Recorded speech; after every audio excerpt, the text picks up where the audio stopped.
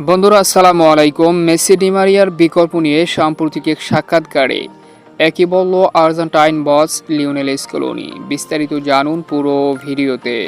গত জুলাইয়ে Copa America trophy জয়ের পর আর্জেন্টাইন কিংবদন্তি খেলোয়াড় আনহেল ডিমারিয়া আন্তর্জাতিক ফুটবলকে বিদায় জানিয়েছে। অন্যদিকে সেই ফাইনালি ইনজুরিতে পড়েছেন আর্জেন্টাইন কাপ্তান লিওনেল মেসি।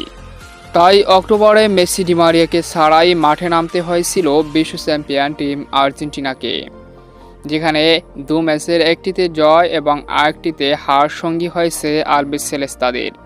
তবে ডিমারিয়া আর জাতীয় দলে ফিরবেন না, কারণ তিনি জাতীয় দল থেকে অবসর নিয়েছে। অন্যদিকে লিওনেল মেসিকে নিয়ে রয়েছে অনিশ্চয়তা। তিনি ফিরলেও ২৬ বিশ্বকাপ খেলবেন কিনা এ নিয়ে রয়েছে নানা দ্বিধাদ্বন্দ্ব। তাই সাম্প্রতিক এক সাক্ষাৎকারে মেসি ডিমারিয়ার বিকল্প নিয়ে কী ভাবছে লিওনেল স্কেলোনি, এমন প্রশ্নের সম্মুখীন হয়েছিলেন আর্জেন্টাইন বস লিওনেল স্কেলোনি। আর সে সময় লিওনেল স্কেলোনি মেসি ডিমারিয়ার বিকল্প নিয়ে বলেন, তাদের কোনো বিকল্প হয় না। তারা এমন কোনো খেলোয়াড় নয় যে তাদের বিকল্প আপনি রাতারাতি তৈরি করে ফেলবেন।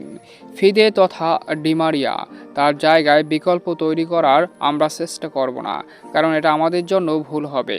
কারণ তার মতো কেউই হবে না। সে রাইট উইং লেফট উইং উভয় পজিশনই দুর্দান্তভাবে সার্ভিস দিয়েছে।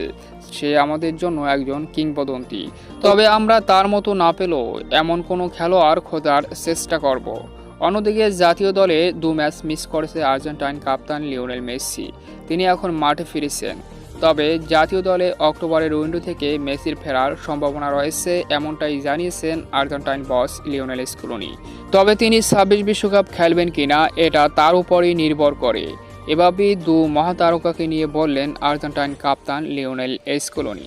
তো বন্ধুরা, মেসি ডিমারিয়ার বিকল্প পাওলো দিবালা এবং লো সেলসো কি পারবে তাদের যোগ্য উত্তরসূরি হতে?